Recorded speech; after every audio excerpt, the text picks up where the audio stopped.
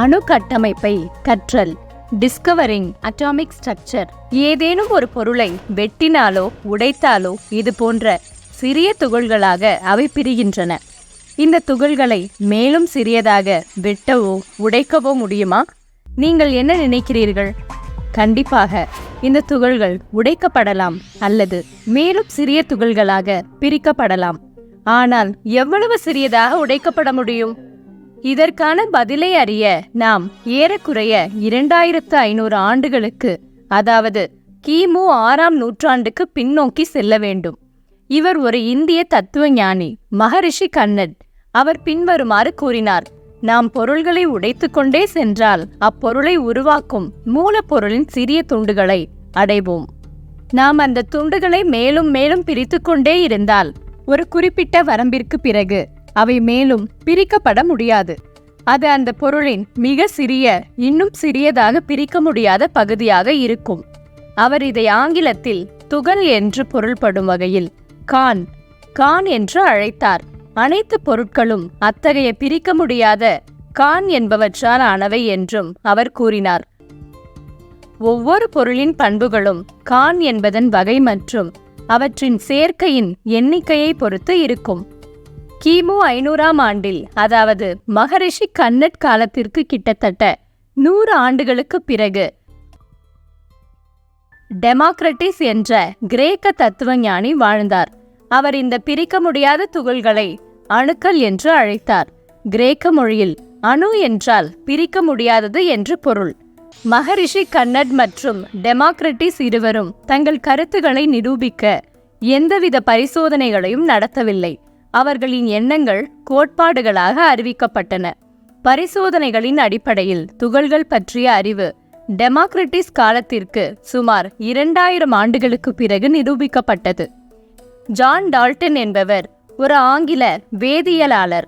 1803ஆம் ஆண்டில் அவர் சில பரிசோதனைகளை நடத்தினார்.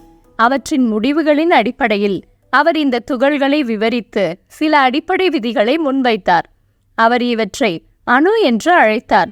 அணு இந்தி மொழியில் பரமணு என்று அழைக்கப்படுகிறது. பின்னர் இங்கிலாந்திலிருந்து மற்றொரு விஞ்ஞானியான ஜே தாம்சன் என்பவர் 1897ஆம் ஆண்டில் சில பரிசோதனைகளை மேற்கொண்டு அணுவின் ஒரு புதிய மாதிரியை வெளிப்படுத்தினார். அவர் இதற்கு பிளம் புட்டிங் மாடல் என்று பெயரிட்டார். ஒரு தர்பூசணியை கற்பனை செய்து பாருங்கள். சிவப்பு பகுதி நேர்மறை மின்னூட்டம், விதைகள் எதிர்மறை மின்னூட்டம். காலப்போக்கில் அணுவை பற்றிய புரிதல் அதிகரித்தது. 1910ஆம் ஆண்டில் எர்னஸ்ட் ரூதர்ஃபோர்ட் தங்கத்தகடு என்ற பரிசோதனையை நடத்தினார். அணுக்கரு அமைப்பை அவர் பின்வருமாறு விவரித்தார்: மையத்தில் நேர்மறையாக மின்னூட்டம் பெற்ற புரோட்டான் அணுவின் பெரும் பகுதியை ஆக்கிரமித்துள்ளது. எதிர்மறையாக மின்னூட்டம் பெற்ற எலக்ட்ரான்கள் மையத்தை சுற்றி வருகின்றன.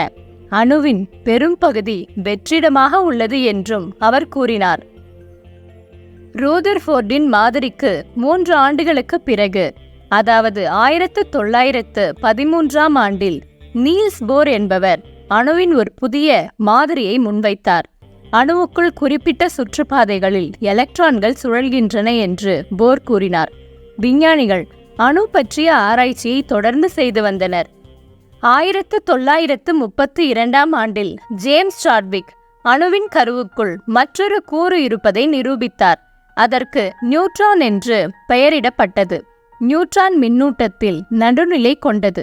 இது மின்னூட்டம் எதையும் கொண்டிருக்கவில்லை என்று இதற்கு அர்த்தமாகும்.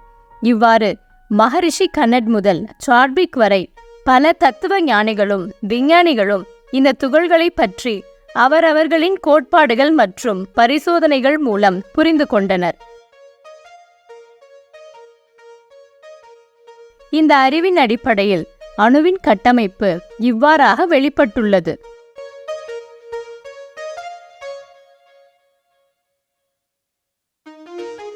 இப்போது உங்களுக்கான ஒரு கேள்வி. விஞ்ஞானிகள் இப்போது அணுக்கள் பற்றிய ஆராய்ச்சியை நிறுத்திவிட்டார்களா அல்லது தொடர்ந்து செய்து வருகிறார்களா? தெரிந்து கொள்ளுங்கள்.